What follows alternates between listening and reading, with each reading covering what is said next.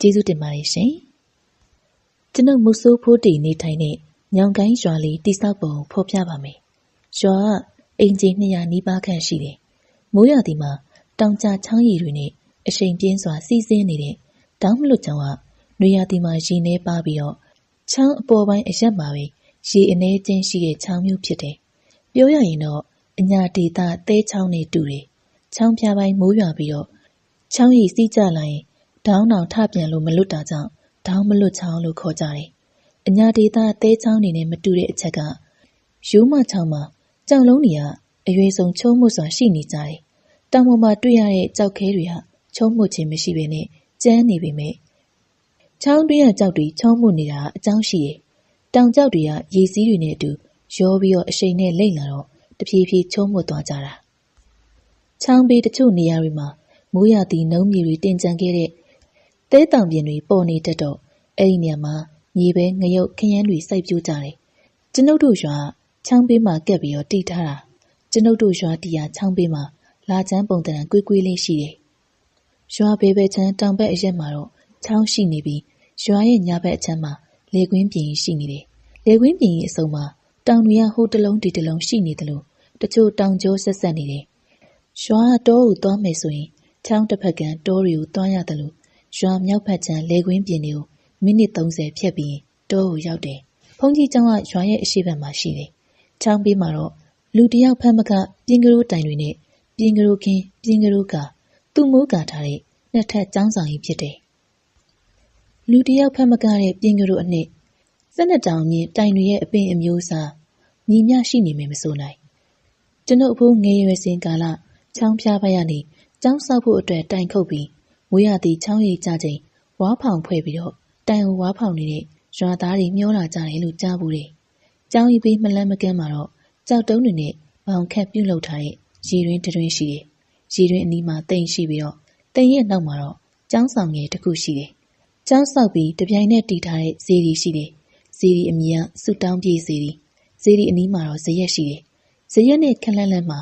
ရှေးဟောင်းလျောင်းတော်မူရုပ်ပွားတော်ကြီးထားရှိရာအဆောင်ကြီးရှိတယ်ဖုန်ကြီးကျောင်းဆောက်ထားတဲ့နေရာမှာမြေနေရာကျေဝန်းတယ်လို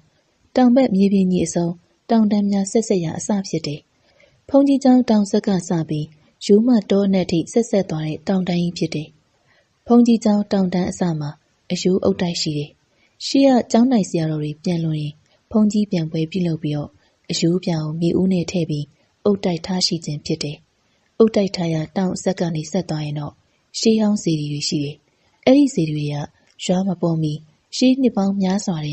ကတောထဲမှာရှိနေခြင်းဖြစ်ပြီးတော့ကျွန်ုပ်တို့ရွာစီကားလာချိန်မှာခြုံရွယ်တွေရှင်းလင်းပြီးတော့ပြန်လည်ပြုပြင်ထားတာထူးခြားချက်ဖြင့်ဇေဒီတော်အတွင်းကဖျားသွင်းထားရာမုတ်ဦးဝါအရှိအရက်ကိုလှည့်ထားခြင်းဖြစ်တယ်ဇေဒီတော်၄စုကိုအစွဲပြုပြီး၄စုကုံလို့ခေါ်တွင်ကြတယ်တောင်ကမြင့်တာကြောင့်တရွာလုံးကိုစီးမိုးမြင်နိုင်တယ်လို့လေကွင်းပြင်တွေကိုလည်းမျက်စိတစုံမြင်တွေ့ရတယ်၄စုကုံဖျားတောင်ပေါ်ကိုတက်ဖို့တောင်အနောက်ရက်မှာလှေကားရှိတယ်ကြောက်လှေကားတဲ့60ခန်းရှိတယ်၄စုကုံတောင်ကျော်အတိုင်းရှေ့ဆက်ပြီးတော့မိနစ်40ခန်းသွားရင်တော့ဇေဒီတော်တစုထက်တွေ့ရတယ်ဇေဒီတော်ရဲ့အမည်ကညန်းဇေဒီရခိုင်ဘိုးကြီးတယောက်ရဲ့ပြောပြချက်အရတော့ရခိုင်ရာဇဝင်မှာနာမည်ကြီးခဲ့တဲ့မိဖုရားစောမဲကြီးတည်ထားခဲ့တယ်လို့ပြောဖို့တယ်ရခိုင်ရှေးဟောင်းကျမ်းတွေထဲမှာမိဖုရားစောမဲကြီးတည်ခဲ့တဲ့ဖျားတွေမှာအခုဖျားလဲပါတယ်လို့ဆိုတယ်ဘုန်းကြီးကျောင်းဖျားတွေနဲ့ပတ်သက်တဲ့ထူးဆန်းတဲ့အကြောင်းအရာတွေကိုနောက်မှဆက်ပြီးတော့ဖော်ပြပါအောင်မယ်စာသင်ကျောင်းက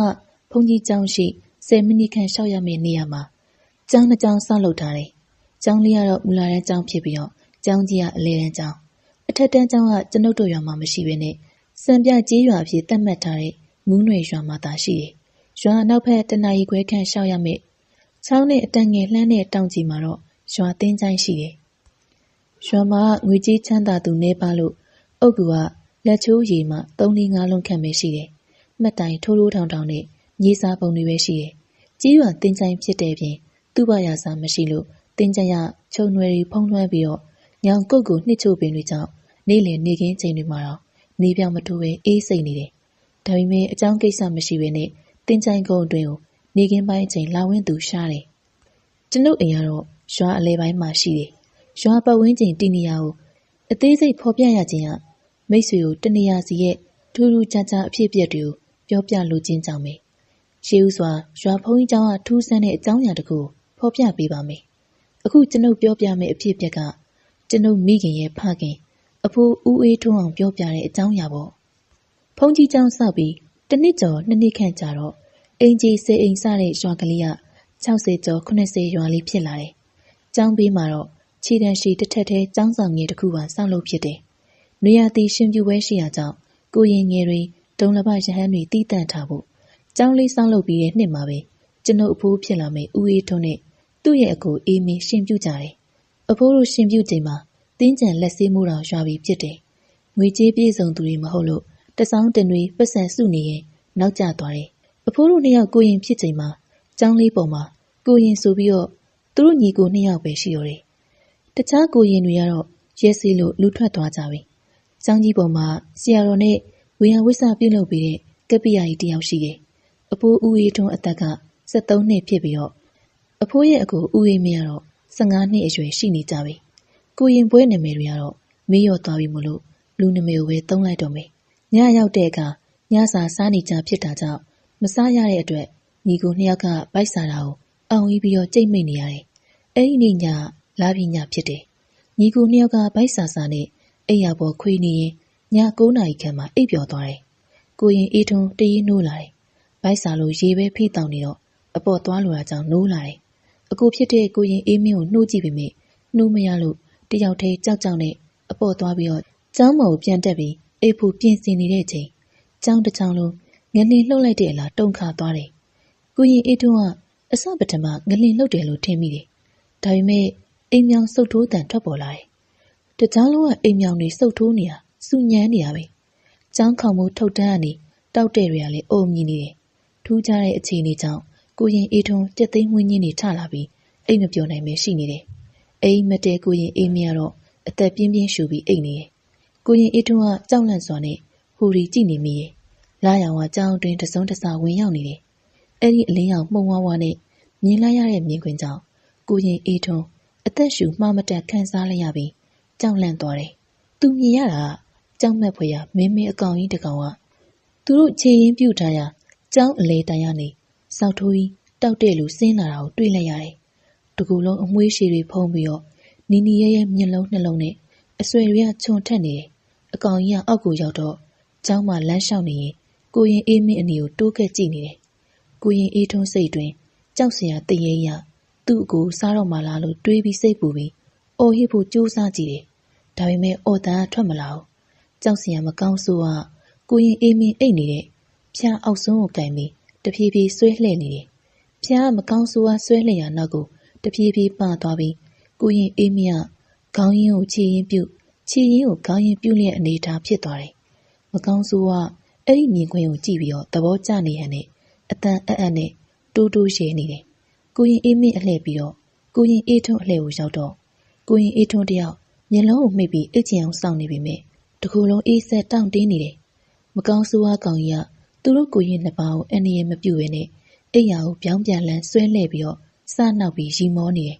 မကောင်းဆိုးဝါးကောင်ကြီးကကိုရင်နှစ်ပါးဖြာကိုဆွဲလှဲ့ရမှာတင်ကန်းကိုမထိစေဖို့အထူးသတိထားကြောင်းကိုရင်အေးထွန်းသတိထားမိတယ်မကောင်းဆိုးဝါးကောင်ကြီးကျောင်းကျမ်းပြင်ပေါ်အတန်ကြာအောင်လမ်းလျှောက်နေပြီးမှသူဆင်းလာတဲ့တိုင်ပေါ်တောက်တဲ့လူမျိုးပြန်တက်သွားတယ်ကိုရင်အေးထွန်းမျက်လုံးကိုမရဲတရဲပွင့်ပြီးတော့အိတ်မပြောနိုင်ပဲရှိနေတယ်အာယုံစွန်းစားတုံးမောင်းခောက်တန်ကိုကြားပြီးကိုရင်အေးမင်းထလာတယ်သူတို့နှစ်ယောက်ခေါင်းရင်းကိုခြေရင်းပြုတ်အိတ်နေတာကိုနားမလည်နိုင်စွာနဲ့ညီဖြစ်သူကိုရင်ကိုမေးတယ်ကိုရင်အေးထွန်းကအကြောင်းစုံသိပြီးမြဲပြန်မပြောဝင်တာကြောင့်ငြိမ်နေလိုက်တယ်အာယုံစွန်းစားပြီးတော့ကိုရင်အေးထွန်းကကျောင်းပေါ်ကိုသူပြန်မတက်ဝင်ကြောင်းနဲ့သူကြုံရသမျှအကူဖြစ်သူကိုရင်အေးမင်းကိုပြောပြတယ်ကိုရင်အေးမင်းကညီဖြစ်သူပြောတာကိုမယုံမဲနဲ့မဟုတ်နိုင်ကြောင်းပြောလာတယ်ကိုရင်အေးထွန်းကသူအမှန်တကယ်မြင်တွေ့ရကြောင်းပြောတယ်ကိုရင်နှစ်ပါးအငင်းခုန်ဖြစ်နေတာကိုကပ္ပိယကြီးဖိုးလူကြားသွားပြီးတော့ပြဿနာကိုမေးတော့ကိုရင်အေးထွန်းကသူ့ကြုံတာတွေကိုပြန်ပြောပြတယ်ကိုရင်အေးထွန်းစကားကိုကြားပြီးတဲ့နောက်မကြောက်ကြနဲ့ကိုရင်တို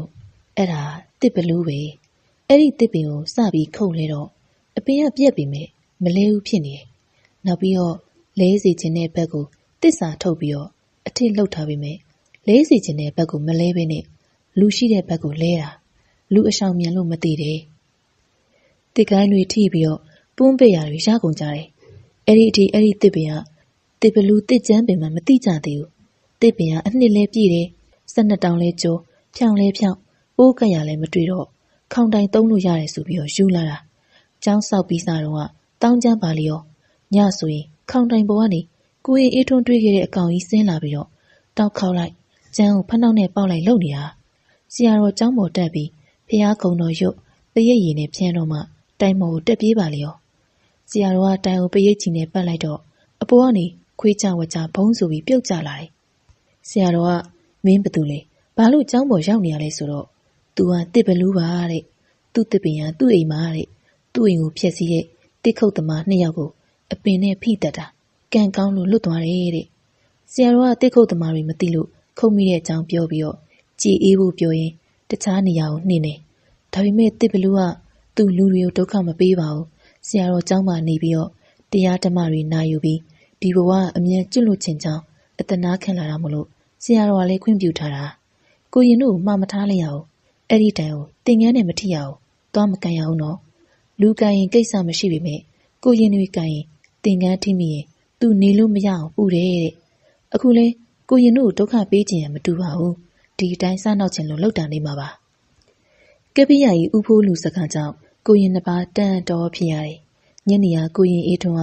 တစ်ဘလူးတိုင်မှာမိနေခဲ့တာကိုပြန်ပြီးတော့အမှတ်ရမိတယ်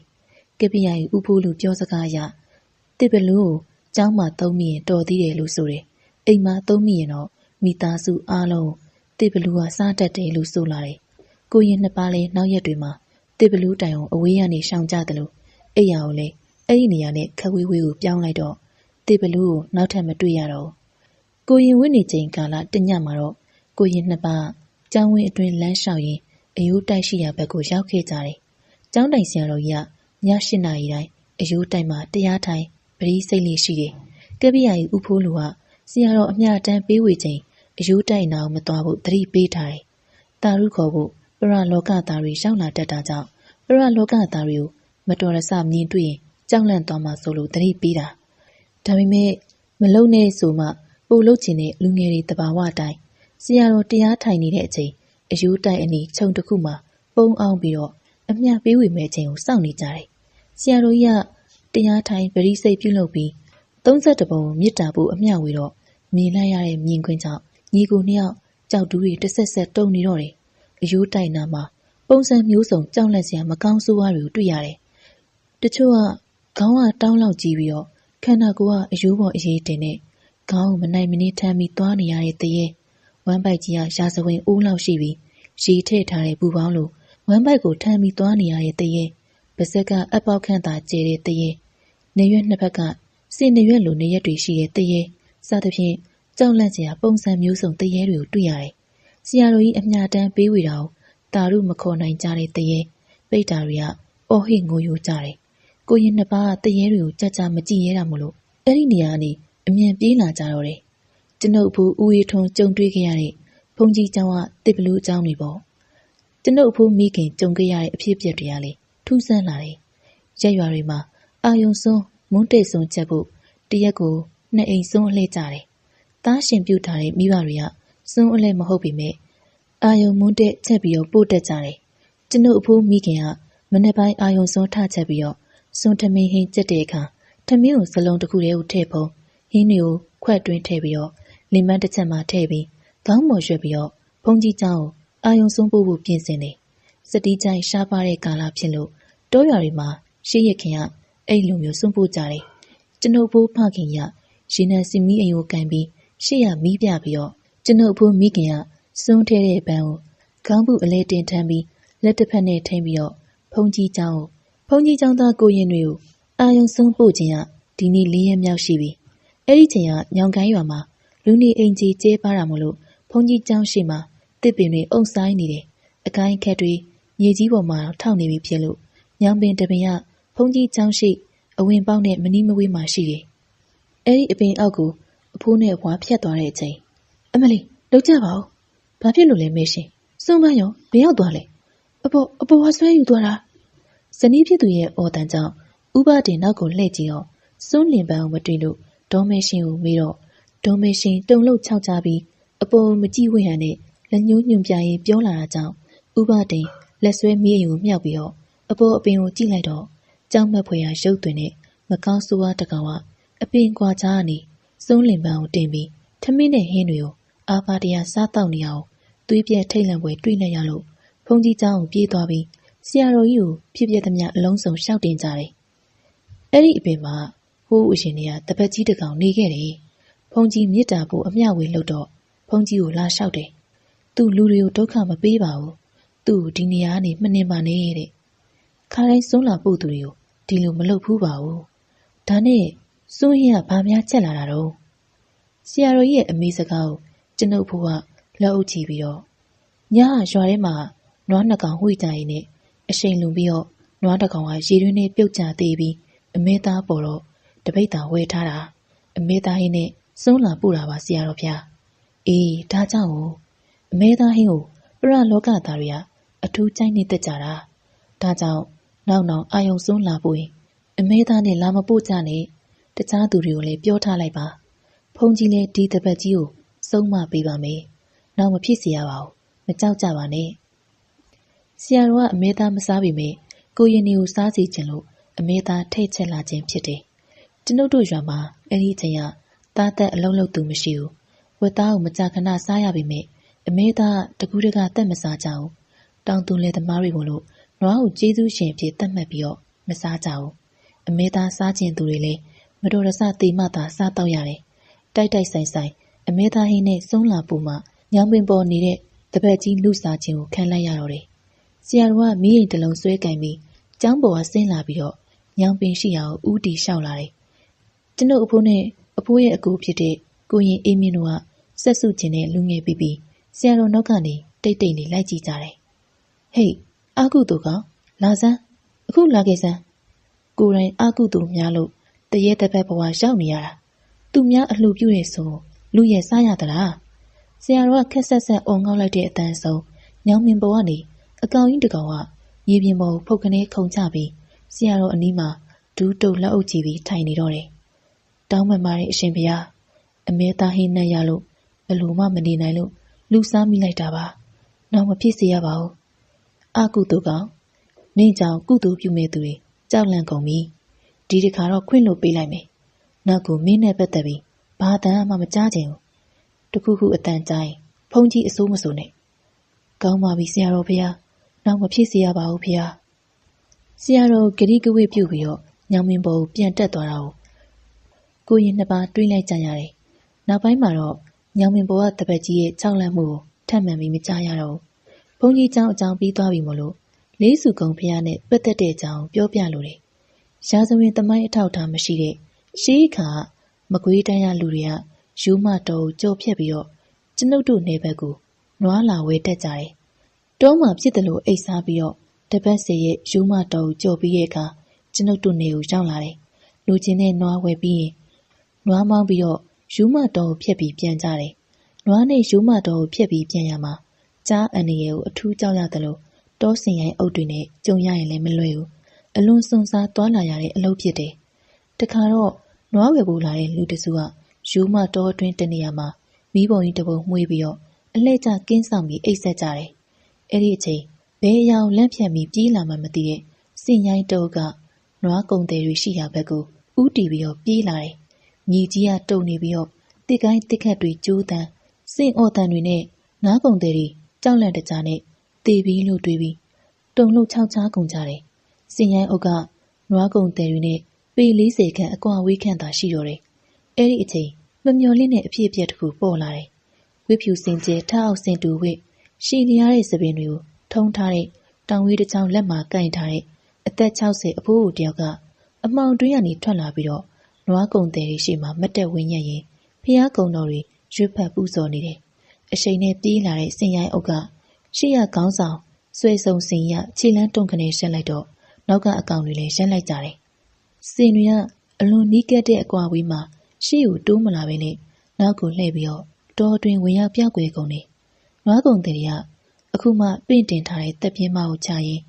ကက်တင်ရှင်အဖိုးအိုကျေးဇူးတင်စကားဆိုနေကြတယ်သူတို့မှပါလာတဲ့စားတောက်ဖွယ်ရာတွေငွေကြေးတွေနဲ့ကြော့ပြီးမြဲအဖိုးအိုကလက်မခံဘူး အသက်သခင်ကျေးဇူးရှင်အတွက်တခုခုပြန်လုပ်ပေးလို့ကြောင်းနွားကုန်တယ်တွေကပြောတော့အဖိုးကသူ့ကိုကျေးဇူးဆက်ချင်နေဆိုရင်ရခိုင်ရိုးမတနေရာတောင်တလုံးကိုလမ်းညွှန်ပေးတယ်။အဲ့ဒီနေရာမှာနောက်တစ်ချိန်မှာရွာတရားပေါ်လာမှဖြစ်ကြောင်းအဲ့ဒီတောင်ပေါ်မှာဖျားတီဗီကိုပြောလာတယ်။ကုန်တယ်တွေကအသက်သခင်ကျေးဇူးရှင်တောင်းဆိုတဲ့ဆန္ဒကိုလက်ခံလိုက်တယ်။အဖိုးကသူပြောလို့ရပြောပြီးရိုးမတော်တွေကိုဝင်ရောက်ပြောက်ွယ်သွားတယ်။နွားကုန်တယ်တွေကတန်တော်ကြည့်ပြီးတော့ကြံနေရစ်ခဲ့ကြတယ်။မိုးလင်းတာနဲ့ရခိုင်ရိုးမပန်းဆက်မတက်တော့ပဲသူတို့ဒေတာကိုပြန်ပြီးတော့သူတို့ကြုံရတဲ့အကြောင်းတွေကိုပြောပြတော့ကြားရသူတွေကတန်တော်ရှိနေကြတယ်။ဖျားတီဖို့အတွက်အလှငွေတွေလည်းထည့်ဝင်ကြတယ်။နွားကုန်တယ်တွေကအစဈေးကြီးတဆူတာတီဖို့စိတ်ကူးပေမဲ့အလှငွေတွေကသူတို့မထင်မှတ်တာအောင်များပြားနေတော့ပွင့်တော်မူပြီးတဲ့ဖျားလေးစုကိုရည်စူးပြီးဈေးဒီလေးစုတီဖို့တိုင်ပင်ကြတော့အားလုံးဝမ်းမြောက်ဝမ်းသာသဘောတူကြတယ်။ဈေးတော်တီတက်တဲ့လက်သမားပယံစရာတွေရှာဖွေပြီးတော့လိုအပ်တာတွေယူဆောင်ပြီးနောက်တစ်ချိန်ရဟန်ရိုးမဘက်ကိုရောက်လာပြီးတော့အဖိုးကိုညွှန်ပြတဲ့တောင်မှာဈေးတော်လေးစုတီဖို့ညီနေရာရွေးကြတယ်။ဈေးတော်လေးစုကတစ်နှစ်ကျော်2နှစ်နီးနီးတီးရတယ်။ဈေးတော်တက်မဲ့တောင်လီကလူနှစ်ယောက်ဘေးချင်းရှင်ပြီးတက်လို့ရတယ်လို့အောက်ဘက်ကအတက်လီကတစ်ဖက်စီမှာချင်းသေးရုပ်တစ်ခုစီထုလုပ်ထားတယ်။အပေါ်လှေကားထိပ်မှာလည်းချင်းသေးတစ်ကောင်စီထည့်သွင်းထားတယ်။ဈေးတော်လေးစုကိုထီးတော်တစ်ပြိုင်နဲ့တင်တယ်။မူးနွေရွာဆရာတော်တန်ဃာတော်တွေပင့်ဖိတ်တယ်လို့အလှူလေးလာသမျှလူစားရစေဖို့စတုဒီတာကျွေးမွေးတယ်။လေးစုကုံဈေးတော်လေးစုအမည်ကိုရောနှောခေါ်ကြတယ်။ဈေးတော်တဆူစီမှာတော့တတိပုဂ္ဂလနာမည်မရှိဘူး။ဒါကတော့လေးစုကုံဖြစ်ပေါ်လာပုံသမိုင်းပေါ့။ညမ်းစီဒီအကြောင်းလဲဆက်လက်ဖော်ပြခြင်းနဲ့ရခိုင်ပြည်တောင်ပိုင်းရန်ပြေကျွန်းကရွာတရွာမှာစောမဲကြီးကိုမွေးဖွားတယ်။စောမဲကြီးအပြိုရွယ်ရောက်တဲ့အချိန်တငယ်ချင်းမိန်းကလေးအပေါင်းဖော်တွေနဲ့ငါးသွားရှာတယ်။ရက်သိန်းနဲ့ငါးဖက်ရမှာစောမဲကြီးရဲ့ရက်တဲ့အတွင်းအနီအောင်တောက်နေတဲ့ကြောက်တလုံးပါလာတယ်။တန်ဖိုးရှိမှမသိလို့လွှင့်ပစ်လိုက်တယ်။ဒါပေမဲ့ဘလောက်ဝေးအောင်လွှင့်ပစ်ပါစေစောမဲကြီးရက်တဲ့ကိုရေမှနှစ်ပြီးငါးရှာတိုင်းအဲ့ဒီကြောက်နေပါလာမြဲဖြစ်တော့နောက်ဆုံးမှာတော့အဲ့ဒီကြောက်နေကိုငါးထဲတဲ့ပလိုင်းမှာထည့်ပြီးအိမ်ကိုယူလာခဲ့တယ်။အိမ်ကိုရောက်တော့အဲ့ဒီကြောက်နေကိုလူကြီးသူမတွေကိုပြလိုက်တော့တန်ဖိုးကြီးဗရမ ्या မှန်သိသွားကြတယ်။စိုးမဲကြီးကဗရမ ्या ရသွားတဲ့တဲ့ရင်ကအနေနဲ့အရရက်ကိုပြန့်သွားရကနေဘရင်ထီးနှန်းဆက်ရာရခိုင်ပြည်မြောက်ပိုင်းမြောက်ဦးဘရင်ကအဲ့ဒီတဲ့ရင်ကိုကြားသွားတော့ဗရမ ्या ကိုသိမ်းဖို့သူ့ရဲ့လူတွေကိုလွှတ်လိုက်တယ်။စိုးမဲကြီးထံသိမ်းလာတဲ့ဗရမ ्या ဘရင်နန်းတော်ကိုရောက်တဲ့အချိန်မှာဗရမ ्या မဟုတ်တော့ဘဲနဲ့ကြောက်ခဲဖြစ်သွားတယ်။မူလဗရမ ्या စိုးမဲကြီးထံပြန်ရောက်နေတယ်။အခါခါဗရမ ्या ကိုသိမ်းပြီးမြဗရမ ्या နန်းတော်ရောက်ရင်ကြောက်ခဲဖြစ်သွားတော့ဘရင်ကပညာရှိပုံနာတွေနဲ့အဲ့ဒီကိစ္စကိုတိုင်ပင်တော့တယ်။ပညာရှိပုံနာတွေကဖုံးကန်ရှင်မင်းကလေးကိုသိမ်းယူပါမှဗရမ ्या ကိုသိမ်းယူလို့ရမယ်ဆိုတာကြောင့်စောမဲကြီးကိုမိဖုရားမြောက်တော့တယ်။စောမဲကြီးကဘာသာတရားကိုယုံကြည်သက်ဝင်ကိုင်းဆိုင်သူမို့လို့ရခိုင်ပြည်နယ်အနှံ့အပြားမှာဖျားလိုက်တည်တော့တယ်။ဖျားတရကကျောင်းတရကမာကြီးစောမဲကြီးကစက်သိန်းတော့မလောက်ငယ်ကြီးစားပယံစရာမောင်ရွှေသည်နဲ့အထင်အမြင်လွဲမှားခံရတဲ့အတွက်ဘရင်အမျက်ဒေါသတင်ပြီးကွက်မျက်ခံရတယ်။လူသက်ပကွက်သားတွေမသက်မီစောမဲကြီးကလောကပါလာကိုစောင့်ရှောက်တဲ့နက်တွေကိုတိုင်တဲပြီးတစ္ဆာပြုတယ်။အကယ်၍မိမိမဖောက်ပြန်ပါကအလောင်းကရေစုံမမျောပဲရေကိုစံတက်ပါစေလို့ဆုတောင်းတယ်။စောမဲကြီးအလောင်းဖောက်မော်တင်ပြီးတော့ရေမျောကြတော့အမှန်တကယ်ရေကိုစံတက်သွားတယ်။ဒါတော့ဗရမ ्या တီဗီစောမဲကြီးနဲ့ပတ်သက်တဲ့ဇလံအချင်းလေးပေါ့။ညံဖျားနီတောင်အောက်မှာတော့လေကွင်းပြင်တွေရှိတယ်။ငတော်လို့ခေါ်တဲ့ညောင်ကိုင်းရွာသားလူငယ်တယောက်ကညံဖျားအနီးမှာအမြဲတစေနွားကြောင်းတယ်။တနေ့တော့ခါမှာတော့သူနဲ့ရွယ်သူခန့်ရှိမယ်ထင်ရတဲ့မိန်းကလေးတယောက်ငတော်တန်လာပြီးတော့စကားလာပြောတယ်။နေ့စဉ်ရက်ဆက်မိန်းကလေးကငတော်နွားကြောင်းတဲ့အချိန်တိုင်းအချိန်မှန်ရောက်လာပြီးတော့ငတော်နဲ့တဏီကုံရှိနေပြီးငတော်ပြန်တဲ့အချိန်မှာတောဆက်ကိုဝင်ရောက်ပြောက်ွယ်သွားတယ်။မိန်းကလေးရဲ့နာမည်ကမက်စပေတဲ့ညံဖျားအနီးတောမှာသူတို့အိမ်ရှိကြောင်းပြောတယ်။ငတော်နဲ့မက်စပေကနေ့ရက်တည်ကြလာတော့လူငယ်တဘာဝချစ်သူရီးသားဘဝကိုရောက်သွားတယ်။တနေ့မက်စပေကမျက်နှာညှိုးနွမ်းပြီးတော့ငတော်ထန်ရောက်လာတယ်။ဘာဖြစ်လို့လဲစပေမျက်နှာလည်းမကောင်း။ဘာစိတ်ညစ်စရာများရှိလို့လဲ။နောက်ဆိုရင်အကိုရှိတဲ့နေရာကိုစပေလာလို့မရတော့ဘူး။လူကြီးတွေကအကိုနဲ့စပေအကြောင်းကိုသိသွားပြီမို့လို့အကိုစီကိုမလာခိုင်းတော့ဘူး စပယ်အကိုစီမလာတော့ဘူးဟုတ်လားအကိုစပယ်နဲ့မခွဲနိုင်ဘူးစပယ်နဲ့ဝေးရရင်ယူသွားနိုင်တယ်အကိုနဲ့စပယ်မဝေးချင်ဘူးဆိုရင်စပယ်နောက်ကိုအကိုလိုက်ခဲမှဖြစ်လိမ့်မယ်အကိုမိသားစုစွန့်ပစ်ပြီးတော့စပယ်နောက်ကိုလိုက်နိုင်ပါမလားငတော်ရဲ့စိတ်တွင်မိသားစုနဲ့ချစ်သူတခုခုရွေးမဲ့အရေးလွန်ဆွဲနေတော့တယ်နောက်ဆုံးတော့ငတော်ကမက်စပယ်ထွက်လာရာတောဆက်ကိုနှစ်ယောက်သားတစ်ယောက်လက်တစ်ယောက်ဆွဲပြီးဝင်သွားကြတော့တယ်အဲ့ဒီအချိန်ကစပြီးငတော်တစ်ယောက်ညောင်ကိုင်းရွာကနေပျောက်ကွယ်သွားတော့တယ်ညောင်ကိုင်းရွာသားတွေကငတော်ကိုတောင်းနှင်းပြီးတော့လိုက်ရှာပြီးမှမတွေ့ကြဘူးကြားဆွဲသွားတယ်လို့ဆိုရအောင်လေကြားဆွဲရဲ့လက္ခဏာကိုမတွေ့ရအောင်မျက်စိနဲ့လမ်းမဖြစ်ပြီးတောအတွင်းမျက်စိနဲ့လမ်းမတယ်လို့ထင်ပြီးတောနှင်းရှာကြပြီးမြဲငတော်ကိုမတွေ့ရပဲငတော်တစ်ယောက်အစရှာမရပဲပျောက်ဆုံးသွားတော့တယ်ငတော်ပျောက်ဆုံးပြီး10နှစ်ကြာမှတော့ဒီနေ့ညောင်ကိုင်းရွာကိုလူတစ်ယောက်ရောက်လာတယ်အဲ့ဒီလူကငတော်အိမ်ကိုတဲမက်စွာရှောက်သွားတယ်ငတော်မိဘကြီးကထမင်းချက်ဖို့စံကိုစကောထဲမှာထည့်ပြီးပြနေတယ်လူလေးဘသူနဲ့တွေ့ကျင်လို့လဲကွအမေသားကိုမမှတ်မိတော့ဘူးလားသားငတော်လေးအမေဟင်အတန်ကငတော်တန်ဖြစ်နေတဲ့ပြင်ရုံရင်သွားတာမှအပငတော်မန်းတေချာသွားတာကြောင့်ပါဇက်အဟောင်းသားနဲ့မယုံကြည်နိုင်ရဖြစ်နေတော့တယ်10နှစ်ကြာမှပြန်တွေ့ရတဲ့သားမိနှစ်ယောက်ကတယောက်ကိုတယောက်ဖက်ပြီးငိုယိုနေကြတော့တယ်တီမှန်းမသိပျောက်သွားမှမသိပျောက်ဆုံးသွားတဲ့ငတော်တယောက်10နှစ်ကြာမှထူးထူးဆန်းဆန်းရွာကိုပြန်ရောက်လာတဲ့အတွက်တရွာလုံးအံ့အားသင့်ပြီး10နှစ်အတွင်းငတော်ဘယ်နေရာရောက်နေတယ်ဆိုတာကိုမေးမြန်းကြတယ်ငတော်ပြောပြတဲ့အကြောင်းတွေကယုံကြည်လက်ခံမှုခက်ခဲတဲ့ကိစ္စမျိုးတွေဖြစ်နေတယ်မက်စပယ်ခေါ်ရနောက်ကိုလိုက်သွားတဲ့ငတော်တောင်ကြီးတောင်အောက်ခြေကနေလှိုင်ကူတစ်ခုအတွင်းမက်စပယ်နောက်ကနေလိုက်ဝင်သွားတော့လှိုင်ကောင်းတကားပိတ်သွားတယ်အတွင်းဘက်မှာကဘာတစ်တစ်ခုကိုရောက်နေတဲ့အလားနေရာတစ်ခုကိုရောက်သွားတယ်မက်စပယ်ဦးဆောင်ခေါ်သွားတဲ့နေရာကရွာလေးတစ်ရွာစီကိုဖြစ်တယ်ရွာကအိမ်ကြီး10အိမ်ခန့်ရှိတယ်လင်းမယားတွဲနေနေတဲ့အိမ်တွေဖြစ်ပြီးတော့ခလေးတွေကိုမတွေ့ရဘူးမက်စပယ်နဲ့ငတော်ကရွာလူတွေကိုအတိပေးပြီးလင်းမယားဖြစ်ပေါင်းသိနေထိုင်ကြတယ်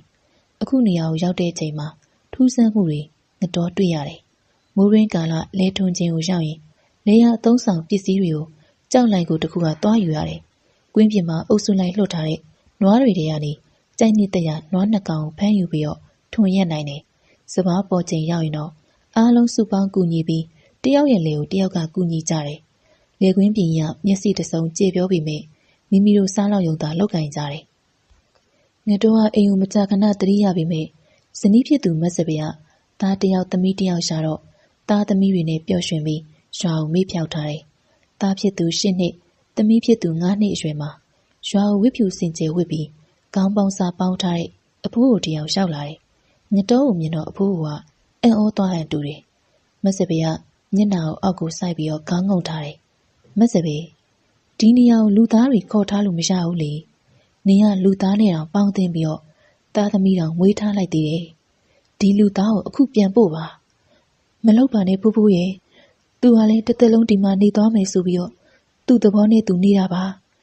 သမီးတို့မှမိသားစုလည်းရှိနေပါပြီသမီးတို့မခွဲပါနဲ့ရှင်မရဘူးမက်စပယ်တိုက်ထဲလူတစ်ယောက်ခေါ်ထားတာကနေအပြစ်ကြီးနေပြီအခုပြန်ပို့ဖို့လုပ်ပါမက်စပယ်ချုံပွဲချငိုတော့တယ်အဖိုးကိုအမျိုးမျိုးတောင်းပန်မိမဲ့တောင်းပန်လို့မရတော့ဘူးငတော်ကိုနေရက်ကိုပြန်ပို့ခိုင်းတော့တယ်ညီမဘာတွေဖြစ်နေရလဲအကူနားမလဲတော့အကူကမက်စပယ်နဲ့သားသမီးတွေကိုခွဲပြီးတော့ဘယ်မှမသွားဘူးနော်မက်စပယ်အပြစ်တွေပါအကူရဲ့မက်စပယ်အကူကိုပေါ်ချစ်လွန်းလို့ဘဝမတူပေမဲ့ပေါင်းသိနေမိတာပါတကယ်တော့မက်စပယ်တို့ကတိုက်ဆောင်နေပါအခုလာတာကလေတိုက်ချုပ်ဖူးဖူးကြီးပါတိုက်ချုပ်ဖူးဖူးကြီးစကားကိုမက်စပယ်နားမထောင်လို့မရဘူးရှင်နန္ဒာနဲ့ပြောပြရစီအကူရဲ့အခုနေရက်ကိုအကူပြန်มาတော့နော်မပြန်ဘူးမက်စပယ်နဲ့သားသမီးတွေကိုခွဲသွားရရင်အကူသေသွားလိမ့်မယ်အကူသာမပြန်ရင်မက်စပယ်နဲ့သားသမီးတွေကိုတိုက်ကအပြစ်ပေးလိမ့်မယ်အကူပြန်มาနော်ပြန်มาအကူရဲ့ငတော်နဲ့မက်စပယ်ငိုယိုနေကြတာကြောင့်သားသမီးတွေကလိုက်ငိုကြတယ်မက်စပယ်ကငတော်ကိုသူ့ခေါ်လာတဲ့လှိုင်ကူအဝါကိုလိုက်ပို့တော့သားသမီးတွေလည်းလိုက်ပို့ကြတယ်ငတော်မပြန်ခင်ခလေးတွေနဲ့မက်စပယ်ကငတော်ကိုဖက်ပြီးငိုကြတယ်ငတော်လည်းမျက်ရည်ရွှဲလင်းနဲ့မိသားစုအပေါ်မခွဲနိုင်မခွာရက်အချိန်တော်ကြာရှိနေတော့တယ်ငတော်လှိုင်ကူအပြင်ထွက်ချိန်မက်စပယ်နဲ့ခလေးတွေ ငိုကြွေးပြီးကြည်နေကြတယ်ငတော်အပြင်ကိုထွက်လိုက်တာနဲ့တပြိုင်နက်အိမ်မက်ကလက်နိုးလာသူလိုဖြစ်သွားတယ်သူရောက်တဲ့နေရာညံဖျားအနီးတောတွင်တင်နေရဖြစ်ကြောင်းသိလိုက်ရတယ်မက်စပယ်သူ့ကိုခေါ်သွားတဲ့လိုင်ကောင်းတကာပွင့်နေရတောင်ကြီးကပျောက်ချင်းမလားပျောက်ကွယ်သွားတယ်ငတော်ချုံပွဲချပြီးငိုတော့တယ်ငတော်ကြုံရတဲ့အကြောင်းတွေကိုတချို့ကယုံပေမဲ့တချို့ကတော့ငတော်လောက်ကျန်ပြောတယ်ဆိုပြီးမယုံကြဘူးဥစ္စာဆောင်တဲ့ကလေးမွေးတယ်ဆိုတာမဖြစ်နိုင်ဘူးလို့ဆိုကြတယ်ဒါပေမဲ့လေ10နှစ်အတွင်းငတော်ဘေးနေရာရောက်နေတယ်ဆိုတာကိုမပြောနိုင်ကြပြန်ဘူးတချို့စာတက်ပေတဲ့အဖိုးအိုတွေကလူနဲ့ဘလူးညာပြီးကလေးမွေးတာပိတ်တာမနဲ့ညာပြီးကလေးမွေးတာလူနဲ့ဥစ္စာဆောင်မှညာပြီးကလေးမွေးတာတွေကိုဖျားရှင်လက်ထက်ပုံဝိတ္ထုတွေနဲ့ထောက်ပြလို့ဟုတ်နိုင်ကြောင်းပြောလာတယ်လူနဲ့ကြက်ညာပြီးတော့ကလေးမွေးဖွားခြင်းပုံဝိတ္ထုဇလန်းသာမရှိကြောင်းပြောပြလာကြတယ်ငတော်ကရွာကိုရောက်လာပြီးချိန်ရစပြီးတမိုင်မိုင်တထွေထွေရှိနေတယ်အိမ်မှာလည်းမနေညံဖျားအနီးအချိန်ပြေးသွားနေတတ်တယ်မိဘတွေခေါ်ရင်လည်းမရမစပယ်သူ့ကိုလာခေါ်မဲ့အချိန်ကိုစောင့်နေကြောင်းပြောလာတယ်အစားပြတ်အိပ်ပြတ်နဲ့မကြခင်အဖျားယောဂဝင်ပြီးညံဖျားအနီးမြောင်းတစ်ခုမှာသေဆုံးနေတာကိုငတော်ရွာပြန်မလာလို့သွားခေါ်တဲ့ငတော်အမေတွေ့လိုက်ရတော့တယ်ညမ်းစီရီနဲ့ပတ်သက်တဲ့အကြောင်းအရာတွေပေါ့ငတော်သေဆုံးနေတဲ့မြောင်းကိုငတော်မြောင်းလို့ဒီနေ့ချိန်ထိခေါ်နေကြဆဲပဲဖြစ်တော့တယ်ငတော်ဖြစ်ပျက်ခဲ့တဲ့အဖြစ်အပျက်တွေကကျွန်ုပ်အဖိုးဦးရီထွန်းလူပြိုပေါက်အရွယ်မှာဖြစ်ပျက်ခဲ့ပြီးတော့အဖိုးမသေးဆုံးခင်ကျွန်ုပ်ကိုပြောပြဘူးတော့ကျွန်ုပ်သိတာတွေကိုမိတ်ဆွေတွေကိုပြန်လည်မျှဝေခြင်းပဲဖြစ်ပါတယ်ကျွန်ုပ်တို့ရွာအနောက်ပိုင်းအရက်တနာရီခွဲခန့်ရှောက်ရမယ့်နေရာမှာရှိတဲ့တင်းချိုင်းကုန်းအကြောင်းကိုလည်းဆက်ပြီးတော့ပြောပြခြင်းသေးတယ်တင်းချိုင်းကုန်းကကြောက်စရာကောင်းနေဆိုပြီးတော့ဘသူမှမသွားလာဝင်ပေမဲ့တင်းချိုင်းကုန်းနဲ့မလန်းမကန်းမှာတဲထိုးနေသူတယောက်တော့ရှိတယ်အသက်50ကျော်အရွယ်60နီးပါးဦးအောင်မိုးလို့ခေါ်တဲ့လူကြီးတယောက်ဦးအောင်မိုးကအိမ်တော်မရှိဘူးညီအကိုမောင်နှမတွေကအစညောင်ကိုင်းရွာမှာနေကြပြီမဲ့ဦးအောင်မိုးကိုကြောက်လို့ရွာကနေပြောင်းသွားကြတယ်ဦးအောင်မိုးကငယ်စဉ်ကအတော်ဆိုးတယ်အရက်ကြိုက်သူဖြစ်တယ်လို့အလောင်းစားလေးခုံမင်းတယ်မူးလာရင်အမေအိုထံမှာပတ်စံလာတောင်းမပေးရင်ဆဲဆူကျိမ့်မောင်းတယ်အမြင်မတော်လို့ဝင်ပြောတဲ့ညီကိုမောင်နှမတွေကိုထိုးကြိတ်တတ်တယ်ဦးအောင်မိုးကစိတ်ကြမ်းလူကြမ်းလက်မရွင်တယောက်ပေါ့တစ်ဖက်ရွာအာသူဝတစ်ခုဖဲဝိုင်းမှာဖဲရိုက်ကြရင်ဦးအောင်မိုးနဲ့တစ်ဖက်ရွာသား2ယောက်စကားများပြီးထိုးကြိတ်ကြတယ်2ယောက်တယောက်မို့လို့ဦးအောင်မိုးခံလိုက်ရတယ်အဲ့ဒီအတွက်အညှိုးမကြည့်နိုင်မင်းနဲ့ရွာပြန်မဲ့အယောင်ပြပြီးတော့ငှက်ကြီးတောင်ထားနဲ့ဖဲဝိုင်းကိုပြန်လာပြီးသူနဲ့ရန်ဖြစ်တဲ့သူ2ယောက်ကိုခုတ်တက်လိုက်တော့တယ်လူတက်မှုနဲ့ဦးအောင်မိုးကထောင်နှစ်ရှည်ကျသွားတယ်မိသားစုကဦးအောင်မိုးထောင်ကျသွားတဲ့အတွက်ဝမ်းနှောင်းတာနေကြတယ်ဦးအောင်မိုးထောင်ကျပြီးတော့3နှစ်အကြာမှာမိခင်ကြီးလည်းဆုံးပါသွားတယ်ဦးအောင်မိုးရဲ့ညီကိုမောင်နှမတွေကမိခင်ကြီးဆုံးပါပြီးမကြခင်တခြားအရက်ကိုပြောင်းရွှေ့သွားတယ်ကျွန်ုပ်မမွေးခင်တည်းကထောင်ကျသွားတဲ့ဦးအောင်မိုးကပြန်လွတ်လာတော့အဖိုးကြီးဖြစ်နေပြီတုတ်တုတ်ခိုင်ခိုင်တန်တန်မာမာနဲ့ကျမ်းမာရေးကောင်းနေစေပဲတချို့သောလူတွေကငယ်စဉ်ကစိုးမိုက်ပေမဲ့အသက်ကြီးလာရင်အသက်အရွယ်ရရင်ကျက်တည်ငြိမ်သွားတတ်ကြတယ်ဦးအောင်မိုးကတော့ပြောင်းလဲသွားမဲ့လူစားမဟုတ်ကြောင်းမြင်တွေ့နေရတယ်နေစရာအိမ်ကတင်ချိုင်ကုန်းမလန်းမကန့်မှာတဲထိုးပြီးတော့အနီးပတ်ဝန်းကျင်မြေကွက်ပေါ်မှာအသီးနှံတွေစိုက်ပျိုးထားတယ်နေကင်းဘက်လူတွေမဝင်ရဲတဲ့တင်ချိုင်အတွင်းဝင်ပြီးတော့ကြွက်ထိုးတာခွေးအထောင်တာတွေပြုတ်လုပ်တယ်ခွေးရတွေကတင်ချိုင်ကုန်းကိုအမိပြုတ်ပြီးခိုးအောင်လှုပ်ရှားနေကြတယ်လူသေးအလောင်းမြုပ်ထားရင်တူးဖော်စားတယ်လူသေးအလောင်းမရှိရင်စိုက်ခင်းတွေအနီးလာရောက်ပြီးတော့ကစွန်းဥတွေတူးကြံခင်းတွေဝင်ပြီးကြံဆုပ်တတ်တယ်ရွာအတွင်းဝင်ပြီးတော့လေကြက်ဘဲခွေးပေါက်ဝက်ပေါက်တွေကိုလိရင်လစ်တယ်လို့ဆွဲတတ်တယ်နေခင်းပိုင်းအချိန်မြေချင်းတွေမှာခိုးအောင်နေတတ်ပြီးတော့ညအချိန်လှုပ်ရှားတတ်တယ်အလွန်ပါနဲ့တဲ့အကောင်တွေဖြစ်ပြီးတော့ပတ်ဝန်းကျင်အခြေအနေကိုစူးစမ်းပြီးလှုပ်ရှားတတ်တယ်သူတို့သွားလမ်းမှာဒုတ်တချောင်းကိုင်းညွတ်နေတာကိုမြင်အဲ့ဒီလမ်းကိုမသွားဘဲနဲ့ရှောင်သွားတဲ့အထိတတိကြီးစွာထားတယ်ဦးအောင်မိုးကအဲ့လောက်ပါနဲ့တဲ့ခွေးရကိုထောင်ဖမ်းပြီးတော့ရွာမှာအသားလာရောက်တတ်တယ်တချို့ကခွေးရအသားမစားပေမဲ့စားသူတွေကဝဲကြတယ်ဦးအောင်မိုးကခွေးရအသားထောင်ဖမ်းရမှာတုတ်ကိုင်းတံကိုခြုံရွယ်ကြားမှာကွယ်ဝှက်ပြီးတော့ခြေနှင်းတုတ်ကိုင်းထောင်တယ်ခွေးအသားမြေကျွတ်အသီးအနှံတွေရောင်းချရာကနေရတဲ့ပတ်စံတွေနဲ့စားတောက်ဖို့ဝဲတယ်လို့အရက်ကိုပုံးလိုက်ဝဲပြီးအိမ်မှာထားပြီးတော့တောက်တယ်ရွာလူတွေက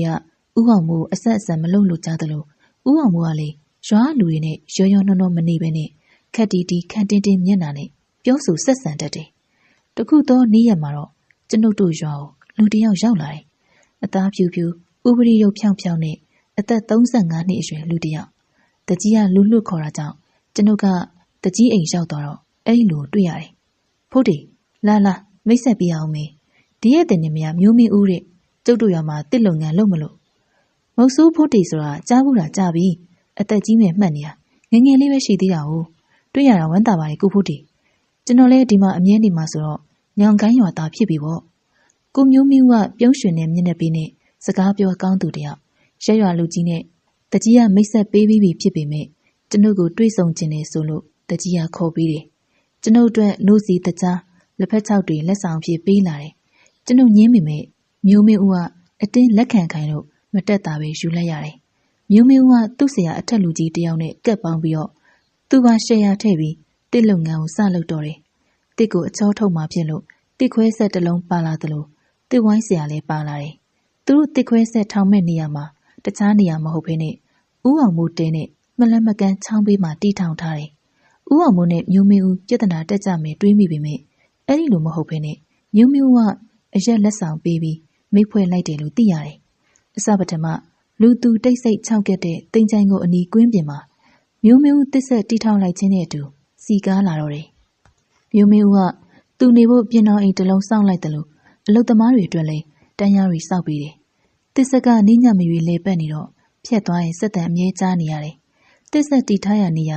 အကွက်အကွင်းကောင်းကောင်းပြောရမယ်မိုးရင်းကာလချောင်းပြားပိုင်းအရက်ကဖောင်ဖွဲ့ပြီးတော့တစ်ပင်တွေကိုတစ်ဆက်ရှိရာစိတ်ကန်းတီမျောယူကြတယ်လူကာလမှာရိုးမတော်တွင်ရတစ်ကိုင်းတွေကိုကျွဲစင်တွေအသုံးပြုပြီးဆွဲတယ်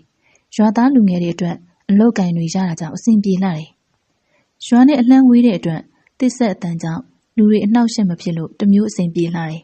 ကျွန်ုပ်ကသူတစ်ပါးစီးပွားရေးမှုမပြောလို့ပဲရင်ထဲမျိုးသိပ်ထားတဲ့စကားရှိတယ်အင်္ဂလိပ်တွေကျွန်ုပ်တို့နိုင်ငံအုပ်ချုပ်စဉ်ကတစ်ကိုစီကံမဲ့မခုတ်တယ်လို့ခုတ်လဲမဲ့တစ်ပင်နေရာမှာတခြားတစ်ပင်ကိုအစားထိုးစိုက်တက်ကြတယ်အခုကတော့အဲ့ဒီလိုမဟုတ်ဘဲနဲ့စီကံမဲ့တစ်တွေခုံရင်ရာသီဥတုဖောက်ပြန်တော့မှကျင်းတီမလွဲပဲတောင်တန်းတစ်ပင်တွေကြောင့်လေတံကိုကာကွယ်နိုင်တယ်လို့ရေကြီးရေရှမ်းခြင်းတွေရာသီဥတုထိန်းညှိမှုတောနေတတဝါတွေနေထိုင်စားသောက်ဖို့ဇက်ချက်ပြောင်းမှုတို့အနည်းနဲ့မြန်ဖြစ်လာတော့မယ့်အရေးအတွက်တွေးပြီးတော့စိတ်လေးနေမိတယ်မကျေနပ်ဘူးဗျာမကျေနပ်ဘူးဖြစ်လဲမဖြစ်တဲ့ကိစ္စကျွန်ုပ်နေ့လည်စာစားပြီးအိမ်ချမ်းဝိုင်းတစ်ပင်အောက်ကွပ်ပြစ်မှာလဲလျောင်းနေတဲ့အချိန်ဒေါသထွက်နေတဲ့မျက်နှာမကြည်မနဲ့ရေရွတ်တန်တဲ့အတူတာဝရောက်လာတယ်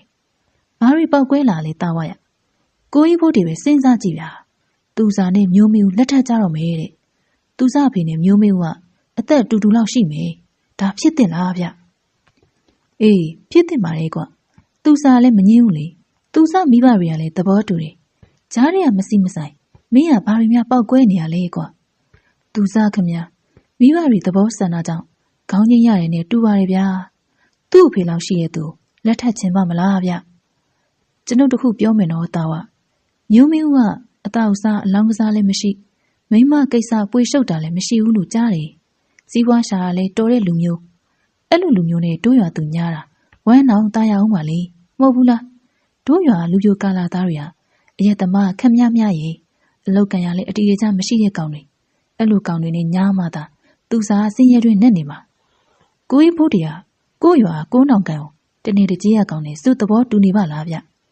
ဖြစ်တင်တာပြောပြတာလေကွာဘာလဲသူစားမင်းကိုပြန်မကြိုက်လို့တခြားသူနဲ့ယူမအောင်ပောက်ကွဲနေရလားဟာဗျာမဆိုင်တာရှောက်ပြောနေတယ်တော်တော့မယ်ဗျာကိုကြီးဖို့တွေနဲ့စကားပြောတာကီးမကြိုက်ဘူးတာဝမျက်နှာတုံမှုံပြီးထွက်သွားတယ်တာဝရွာသူအပြိုချောတွေလက်ထက်မယ်ဆိုရင်အဲ့ဒီသူမကောင်းကြောင်အမြဲပြောတတ်တယ်မျိုးမင်းဦးကသူစားကိုလူကြီးဆောင်ရနဲ့တောင်းရမ်းပြီးတော့လက်ထက်ယူတယ်မင်္ဂလာပွဲကိုလည်းရွာမှာကြီးကျယ်ခမ်းနားစာပြုလုပ်တယ်ကျွန်ုပ်တို့လင်မယားလည်းမျိုးမင်းဦးတို့မင်္ဂလာပွဲကိုသွားဖြစ်တယ်အသက်အနည်းငယ်ကြီးနေတာမှပါမျိုးမင်းဦးကအပြစ်ပြောစရာမရှိဘူးလို့ဝိုင်းဝန်းချီးကျူးကြသလိုသူစားယောက်ျားရကန်ကောင်းတယ်လို့ဆိုကြတယ်တာဝကိုတော့မင်္ဂလာပွဲမှာမတွေ့ရအောင်တာဝရွာသူအပြိုတွေမင်္ဂလာဆောင်ရင်လာလိမ့်မရှိသူပေါ့မျိုးမင်းဦးနဲ့သူစားတစ်ဆက်အတွင်ရအိမ်မှာပဲနေကြတယ်မင်္ဂလာဆောင်တဲ့နေ့မှာတစ်ဆက်ကအလုပ်သမားတွေအားလုံးအလုပ်နားခိုင်းပြီးတော့အရက်နဲ့ပေါက်စုတွေပေးတယ်လို့ကြားတယ်ဖိုးတီထပါဦးအခုရွာလူကြီးတွေလာခေါ်နေတာဘာကိစ္စရှိလို့လဲမသိဘူးညဘက်ကြီးရောက်မှကျွန်ုပ်ကအိတ်ကောင်းနေတဲ့အချိန်နာမည်ခေါ်တန်ကြားလို့ကျွန်ုပ်ထက်အရင်နိုးပြီးစီမီခွက်ထုံးပြီးတော့အိမ်ရှိထွက်ကြည့်တဲ့ဇနီးဖြစ်သူဟာလာပြောတယ်ကျွန်ုပ်7 နာရီကိုထုတ်ကြည့်တော့ည12 နာရီထိုးနေပြီဖြစ်ကြောင်းတွေ့ရတယ်ဖိုးတီတနက်ပါယူခဲ့ကွာ တစ်ခွဲဆက်မှာဓာထိုးမှုဖြစ်လို့တဲ့ရွာတကြီးနဲ့ကျေးရွာလူကြီးတွေကျွန်ုပ်အိမ်ရှိလက်နှိပ်ဓမီကိုစီနဲ့တွေ့လိုက်ရတယ်ကျွန်ုပ်ကိုတွေ့တော့လူတက်မှုဖြစ်နေကြောင်းပြောလာတာကြောင့်ကျွန်ုပ်လည်းဘာမှမမေးတော့ပဲတနက်ကိုယူပြီးတော့လူကြီးတွေနဲ့လိုက်လာခဲ့တယ်တစ်ခွဲဆက်မှာဓာထိုးမှုဖြစ်တာဘသူကိုထိုးလိုက်တာလဲအောင်ဘူးဆိုတဲ့ကောင်လေးကဥအောင်မိုးဓာနဲ့ထိုးတယ်တဲ့မျိုးမင်းကသူ့မင်္ဂလာပွဲနေ့တစ်ခွဲဆက်ကလူတွေကိုအရက်ကြိုက်တဲ့လောက်တော့အရက်တိုက်တော့ဥအောင်မိုးလည်းလာတောက်တာအရက်တောက်ရင်မူးလာကြတော့ဥအောင်မိုးကလူသက်ဖူးတယ်ဆိုပြီးတော့မိုက်ကုံပြပြီးအောင်ဘူးကိုလူရှိမှမစီမဆိုင်ပါရိုက်လိုက်တာအဲ့ဒါအောင်ဘူးကဓာနဲ့ထိုးလိုက်တော့သွေးတွေဆိုတော့မှအိုင်ထုံးပြီးဥအောင်မိုးသွေးရိုင်ထဲမှာပက်လက်ကြီးမျက်နှာလည်းကြောက်စရာကြီးဗျာခဏနေတော့သွေးရိုင်နဲ့လဲနေရနေဆန့်ကြီးထလာပြီးတော့သူ့တဲဘက်ကိုရှောက်သွားပါလေရောကျွန်ုပ်ရဲ့အမေကိုတစ်ဆက်ကရွာတကြီးထံလာအကြောင်းကြားတဲ့လူတစ်ယောက်ကပြန်ပြေးလာခြင်းဖြစ်တယ်အောင်ဘူးရောအဲ့ဒီမှာရှိနေသေးလားထွက်ပြေးသွားပြီလားကိုမျိုးမင်းကမပြေးဖို့နားချထားတော့အဲ့ဒီမှာပဲရှိနေပါတယ်ကျွန်ုပ်တို့တစ်ခွဲဆက်ရောက်တော့မီးအောင်ထိန်ထိန်လင်းပြီးလူစုဝိုင်းနေပြီးတော့တယောက်တစ်ပေါက်စကားဆိုနေကြတယ်တကြီးတို့ရောက်လာပြီလားကျွန်တော်လဲကျွန်တော်မင်္ဂလာပွဲနေ့တောက်စားကြပါစေဆိုတဲ့စိတ်တနာနဲ့အရက်တွေတိုက်မိတာဗျာအခုလူဖြစ်လာတာပဲမတော်ရဆဖြစ်တာပဲဘယ်တက်နိုင်မှမလဲမောင်မျိုးမျိုးရဲ့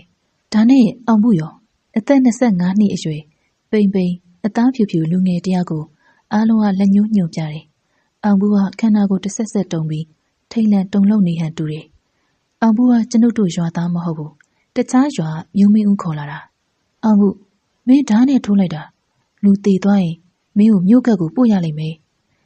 ကျွန်တော်မှားပါတယ်ဗျာလူရှိကျွန်တော်ပါးကိုရိုက်တော့အဆက်ဒေါသမှုပြီးလှုပ်လိုက်မိတာပါဒါလောက်လည်းမစိုးရိမ်ပါနဲ့ကွာဥအောင်မိုးမသိရင်တော့အမှုမလွတ်ရင်မင်းဘာမှမဖြစ်ပါဘူးရွာလူကြီးကအောင်ဘူးကိုထွက်မပြေးဖို့ရွာသား3ယောက်ထားခဲ့ပြီးဥအောင်မိုးရဲ့အိမ်ဘက်ကိုထွက်လာခဲ့တယ်ကျွန်ုပ်ကဥ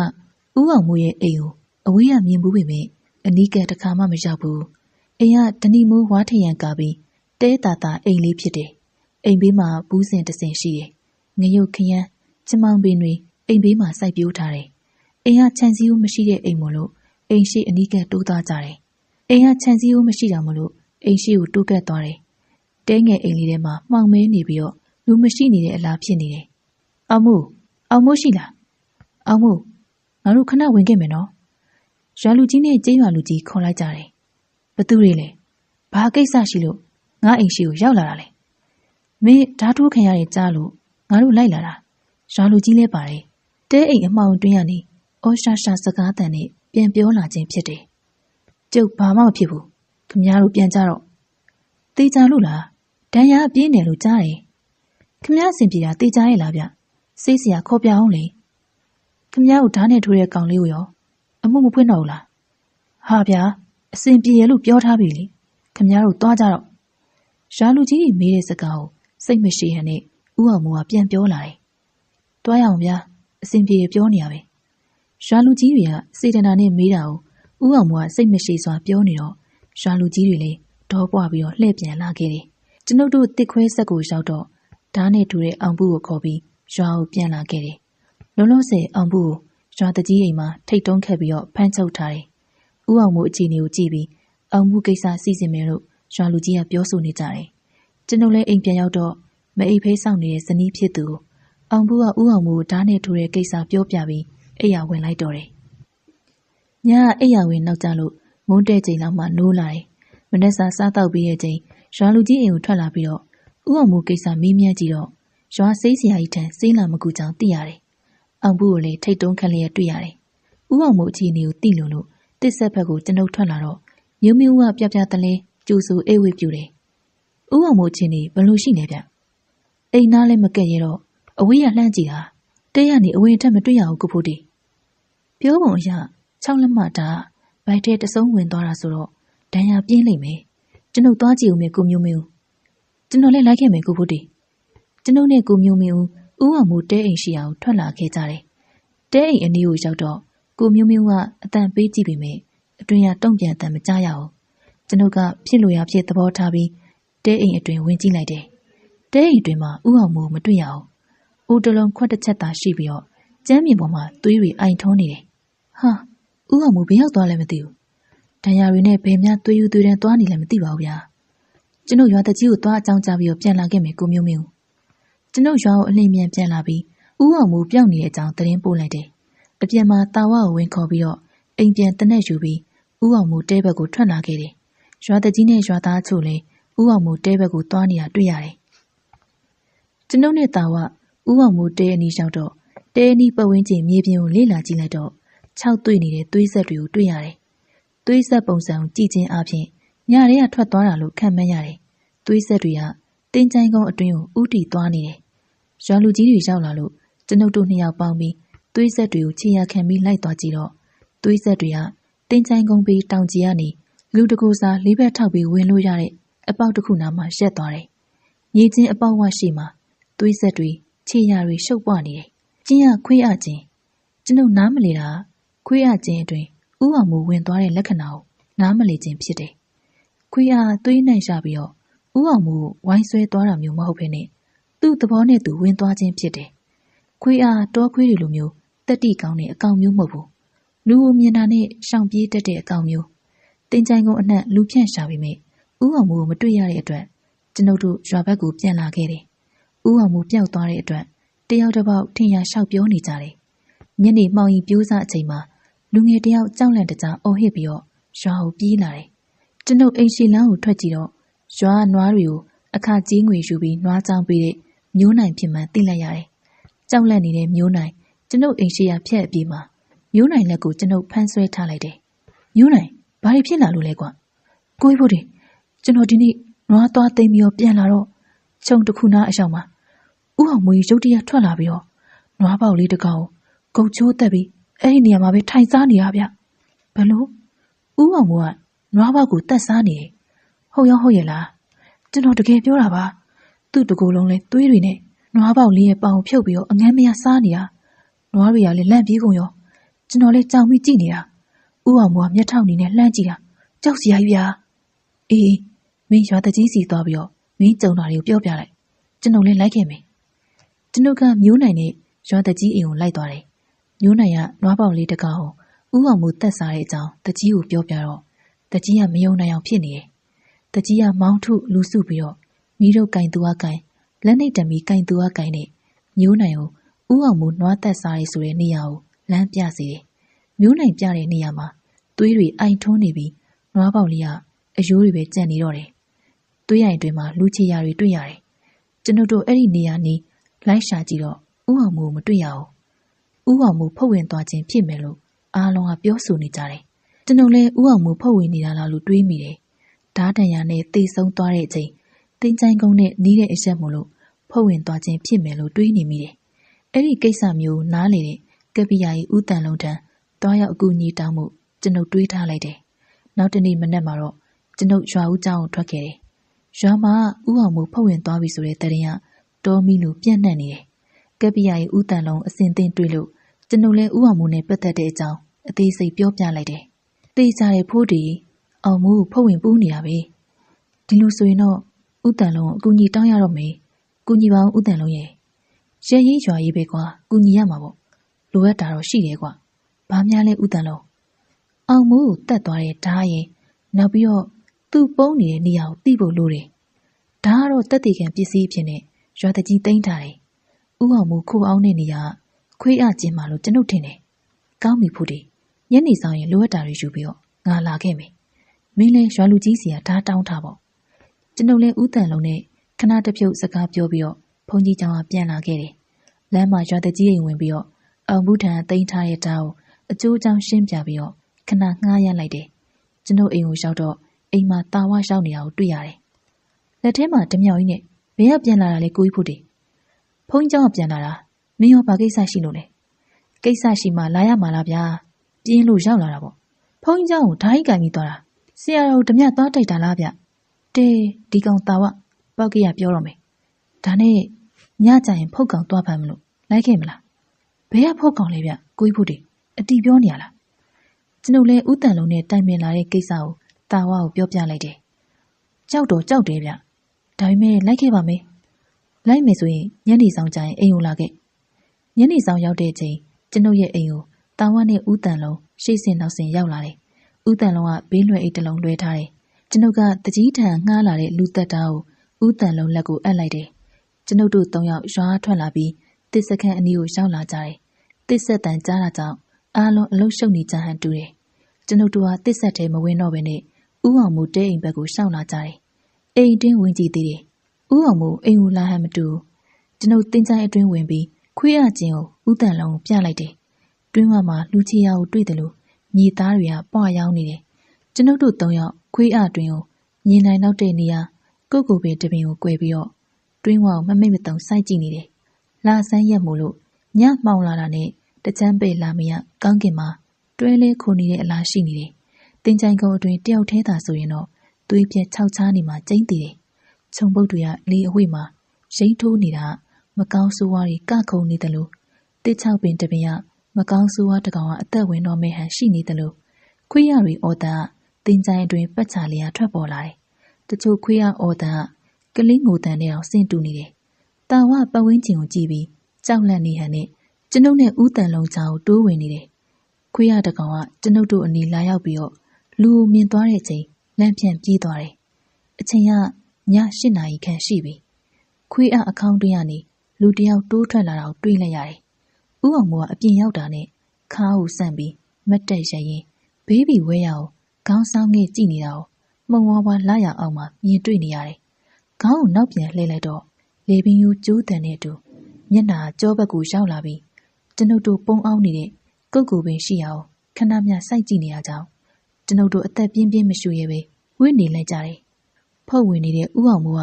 ရက်နေရကနေရွာဘက်စီကိုနှင်းမြန်စွာပြေးသွားတော့တယ်။ဒီကောင်ပြန်လာရင်စောင့်ဖမ်းပြီးတော့ပူးကက်နေတဲ့ဖုတ်ကောင်ပြန်ထုတ်ရမယ်ဖို့တီ။ဒါကလိုအပ်မှသုံးမယ်။ခွေးရတွင်နဲ့ဝင်သွားရင်ဖမ်းရခက်မယ်။တွင်းဝါကိုပရိတ်ချီနဲ့ချီထားရမယ်။ဦးတန်လုံးပေးတဲ့ပရိတ်ချီကိုယူပြီးကျွန်ုပ်နဲ့တာဝခွေးရတွင်ဟိုဘက်ဒီဘက်တစ်သားချောင်းတွေစိုက်သွင်းပြီးတော့ပင့်ကူအိမ်လိုမျိုးတွင်းဝါကိုကလိုက်တယ်။ပြီးရင်တော့ကုတ်ကူပင်နောက်မှာပြန်ပြီးပုံးလိုက်ကြတယ်။တနာရီခန့်ကြာပြီးတဲ့အချိန်ပြေးလွှားလာတဲ့ခြေတံကိုကြားလိုက်ရလို့ကျွန်ုပ်တို့အတန်လာရကိုကြည့်လိုက်တော့ပြေးလွှားလာတဲ့ဦးအောင်မိုးတွေ့ရတယ်။ပြေးလာရင်စားလာဟန်တူတဲ့ဝက်ပေါက်လေးကပေါင်တစ်ချောင်းသာကျန်တော့တယ်။ဦးအောင်မိုးကခွေးရကျင်းရှည်ပြေးလာပြီးကျင်းထဲကိုပြေးဝင်လိုက်တယ်။အဲ့ဒီချိန်အော်တန်နဲ့အတူလဲကျသွားတယ်။ပေးချီနဲ့ဝိုင်းပြီးဖိထားဖို့တည်းနာကျင်စွာအော်ဟစ်တန်နဲ့အတူဦးအောင်မိုးကပေးချီနဲ့ထိသွားတော့နောက်ကိုလန်ကျသွားတယ်။ဦးတန်လုံးကကျွန်ုပ်တို့လှုပ်ရှားဖို့ပြောလာတာကြောင့်ကျွန်ုပ်နဲ့တာဝပေးချီကို4-5ပင်ပူးခောက်ပြီး6 တောင်ခန့်အရှိလှုပ်ထားတဲ့ကျိုးစာကိုတယောက်တစ်ဖက်ကင်ပြီးတော့ထားဖို့အားပြုနေတဲ့ဖုတ်ဝင်နေတဲ့ဦးအောင်မိုးရဲ့ခါကိုကျိုးနဲ့တားပြီးတော့ကျိုးစာကိုမြေပြင်မှာတင်းတင်းဖိထားလိုက်တယ်။လွတ်စမ်းမင်းတို့သေးချင်းနေရလားတိတ်ဆန်းမကောင်းဆိုပါမင်းဒီလူရဲ့ခန္ဓာကိုယ်ကနေဖယ်မလားမဖယ်ဘူးလားလက်ကားရခြေကားရနဲ့ရုံးကန်ရင်နဲ့လက်နဲ့ကျွန်ုပ်တို့ကိုဖမ်းဆွဲမလို့လုပ်နေတဲ့ဖုတ်ကောင်ဦးအောင်မိုးကျွန်ုပ်တို့မနိုင်မနှင်းထိန်းနေရတဲ့အချိန်ဖုတ်ကောင်ကကျွန်ုပ်တို့အော်ရှာအက်ကွဲတဲ့အတန်နဲ့ချင်းချောင်းနေတယ်။ဦးတန်လုံးကဖုတ်ကောင်ကိုရေမန်းနဲ့ပတ်နေတော့ဖုတ်ကောင်ကနာကျင်စွာအော်ဟစ်နေတယ်။ဒါပေမဲ့ဦးအောင်မိုးရဲ့ခန္ဓာကိုယ်စွန့်ခွာမိဟန်မပြသေးဘူး။ဟာဖုတ်ကောင်ကရုတ်တရက်အရှိန်နဲ့ထရန်လိုက်တော့ပေးရိတ်ချီကျိုးတွေပြတ်တောက်သွားတယ်။ပေးရိတ်ချီကျိုးကလွတ်သွားတဲ့ဖုတ်ကောင်ကရုတ်တရက်ထွက်ပြေးမယ်ဟန်ပြင်းနေရကြောင်းကျွန်ုပ်လွတ်သွားမှဆိုပြီးဖုတ်ကောင်ထံအရှိန်နဲ့ပြေးပြီးလက်နဲ့တိုင်းဖက်ထားတယ်။ဖုတ်ကောင်ရဲ့မျက်နှာနောက်ကျောဘက်ကိုလှည့်လာပြီးကျွန်ုပ်ကိုကိုက်မယ်လုပ်နေတယ်။ကြောင်လန့်ဖွယ်ရာမျက်နှာကြီးကျွန်ုပ်ပဲလှည့်လာလို့ကျွန်ုပ်ဖတ်ထားတဲ့လက်နှစ်ဖက်ကိုလွှတ်လိုက်ရတယ်။ဖုတ်ကောင်ကကျွန်ုပ်လက်ကလွတ်တာနဲ့လှည့်ပြေးဖို့လုပ်နေတော့ဖုတ်ကောင်ရှိမှကြိုစောင့်နေတဲ့ဦးတန်လုံးကဓာတ်နဲ့ရှင်ဘက်ကိုထိုးဆိုင်လိုက်တော့တယ်။ဖုတ်ဝင်နေတဲ့ဦးအောင်မိုးထံကနေနာကျင်တဲ့အော်တန်ကြီးထွက်ပေါ်လာတယ်။လူဘဝအောင်ဖို့ဓာတ်နဲ့ထိုးလို့တည်တဲ့ဦးအောင်မိုးကဖုတ်ကောင်ဘဝရောက်တဲ့အချိန်အစီအရင်ပြုတ်လောက်ထားတဲ့ဓာတ်ချက်ကြောင့်ပဲအသက်ပြောက်သွားတော့တယ်။ဦးအောင်မိုးကရှင်ဘက်မှာဓာတ်ဆိုင်ဝင်ပြီးနောက်ကိုဘိုင်းကနေပြစ်လဲကျသွားပြီးချက်ချင်းပဲမခံမရက်နိုင်အောင်အပုပ်နိုင်ထွက်လာတော့တယ်။အစောရဓာတ်နဲ့ထိုးလိုက်ပြီးရောဦးတန်လုံးရဲ့ငါလည်းအေးစေးခန္ဓာကိုယ်ကနေခွာခိုင်းမလို့လောက်တာအချီနေရမျောလင့်မထားတာကမောက်ကမတွေဖြစ်ကုန်တာဖိုးတည်အပုပ်နိုင်ရလဲဗျာအခုမှမခံမရက်နိုင်နမ်းလိုက်တာတာဝပြောရင်းနဲ့တောဘောထိုးအံတော့တယ်တာဝတစ်ဆက်ကလူတွေကိုရောရွာတကြီးကိုရောတွားပြောဥအောင်မိုးအလောင်းတွေ့ပြီလို့ကိုကြီးတို့ကတခါတည်းမလိုက်ဘူးလားအလောင်းကိုခွေးစားသွားမှစိုးရတယ်ကွာကျွန်ုပ်နဲ့ဥတန်လုံးစောင့်ပြီးကြံ့ရစ်ခဲ့မယ်တယောက်တည်းသွားမှာလားဗျလူဟာသွေးပြက်ချင်နေပြီဒါဆိုရင်မင်းအလောင်းဆောင်ကြံနေရင်ကျ ကျွန်ုပ်နဲ့ဦးတန်လုံးရွာသွားလိုက်မယ်။နေအဲ့ဒါပို့ဆိုးတယ်ဗျ။ရွာပဲသွားလိုက်တော့မယ်ဗျာ။ရွာဘက်ကိုပြေးလွှားထွက်ခွာသွားတဲ့တာဝါကိုကြည့်ပြီးကျွန်ုပ်နဲ့ဦးတန်လုံးပြုံးလိုက်မိကြတယ်။ရွာလူကြီးတွေရောက်လာတဲ့အချိန်မှာဦးအောင်မိုးရဲ့အလောင်းညာရင်ချင်းမိ